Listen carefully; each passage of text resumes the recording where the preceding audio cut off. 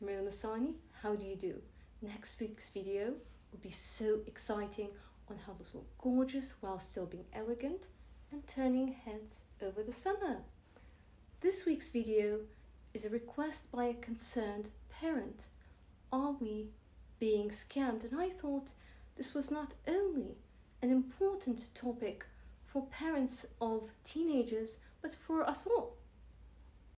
There is quite a lot of toxic and also scam content on TikTok and YouTube, so I'll be giving pointers on how to figure it out. Why am I not a scammer?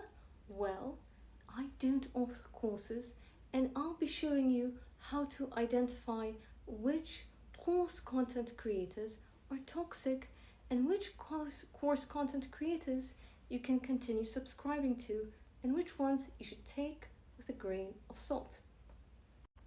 I'll be identifying the red flags, and the first red flag is if they came from the sex work industry. Yes, absolutely, and that is a problem. Does it mean necessarily that they're a scammer?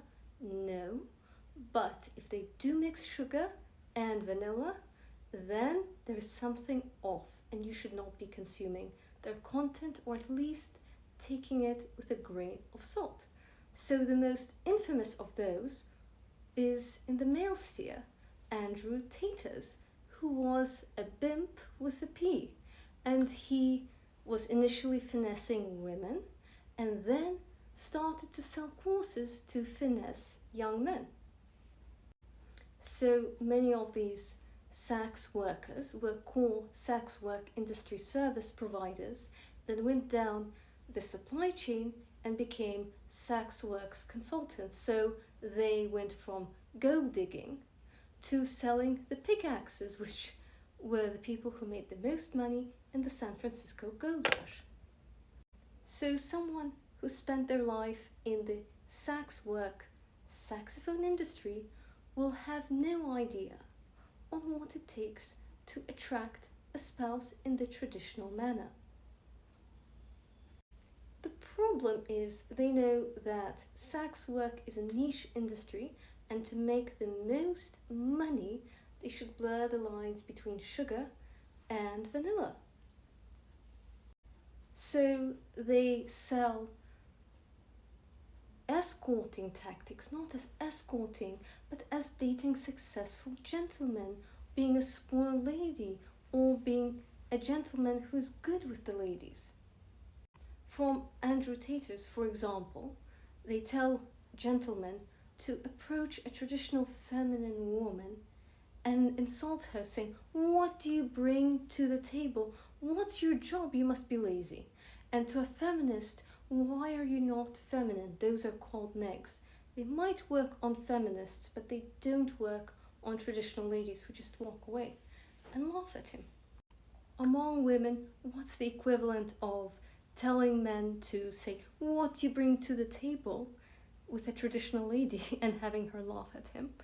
The feminine equivalent is demanding an Uber, demanding no coffee dates, I do dinner, and demanding a sugar allowance on the first date. Those are actually common escort tactics. Why do they say don't do coffee, I do dinner? It's because if they have an escort date and are going to do cheeky boom boom, well, they should have dinner first, right? High-end escorts have dinner first, and then they're often given an expensive gift, right? And then cheeky boom boom. Also, he can provide a car or an Uber. That's part of the escort package. And ladies who demand it, thinking that they are spoiled, and that will make them look spoiled. No, you look like a very rookie escort who's not knowing how to demand her rate properly. So if a friend of yours introduces you to a successful cousin at her wedding, or you meet someone at a work conference, this is a very vanilla normal situation, and then you start acting like an escort, thinking that you look spoiled and high value. No, you look like a clown. And similarly, if someone acted like, a lady from Bridgerton, all proper, on a website for sugar dating like sugardaddy.com or whatever they have, she would be eaten by the sharks. So don't mix sugar with vanilla. You'll only be a laughing stock. And those who mix sugar with vanilla and sell it as it could be one over the other are scammers. So that's point number one. One of my friends, contrary to my advice, fell for these coaches. So she went on a date, showing that she's high value. Oh, no, I don't do coffee, I only do dinner. And he said, mais oui. She thought, oh my goodness, a real gentleman. No. Ooh la la. She thought, wow. And then she said, I need an Uber home. He was like, ooh, c'est bien ça. And she thought that, he was a proper gentleman. And it turned out to be the opposite. He thought that she was asking for an escort date but didn't know how to negotiate her price. My friend found the confusion humiliating, so I have her story so it doesn't happen to you. So he thought that her demanding dinner first means she wanted cheeky boom boom, and she was into him in that way. She wasn't, so he kept pouring her extra drinks and she was like, no.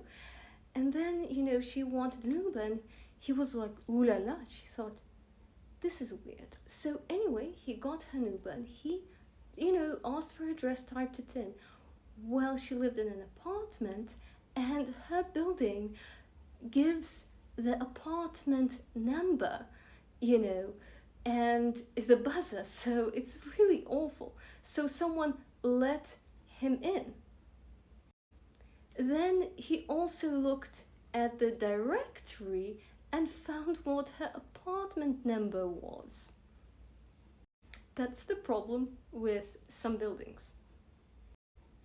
11 o'clock at night, this gentleman drives over to her apartment. Sadly, her apartment directory has her apartment number, which apartment it is. So he goes in there, knocks on her door at 11 o'clock at night and wakes her up. Knock, knock, knock. So she goes to the peephole. Knock, knock, she says. Who's there? He says, it's me. May I please have some sacks? She says, what? Oh my goodness. I just met you. We had our first date. You want what?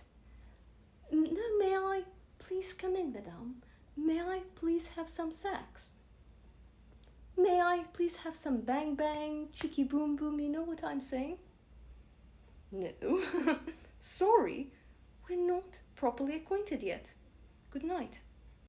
She was horrified and told me the story to tell to my ladies that yes, my advice is there for a reason and it works because I'm a traditional Arab Sufi Muslim lady who was a virgin till marriage, raised in Yemen. I have nothing to do with that saxophone industry. So I know what it's really like to be a traditional lady. And she had another problem, she said, no, I don't do coffee, I do dinner, before that.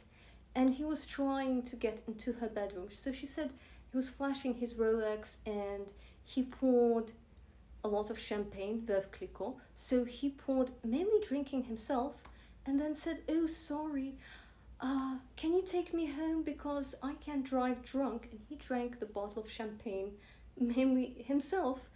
And he tried to crash in her home and was very grabby. So she said, you know what, you're right. The first date should be a cappuccino at a high-end place, Maria. Now I understand what you're saying. And demanding an Uber, well, I tried that and that didn't work well either.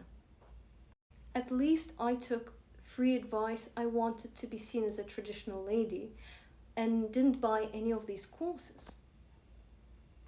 An escort cannot teach you what she doesn't know, like being a traditional lady.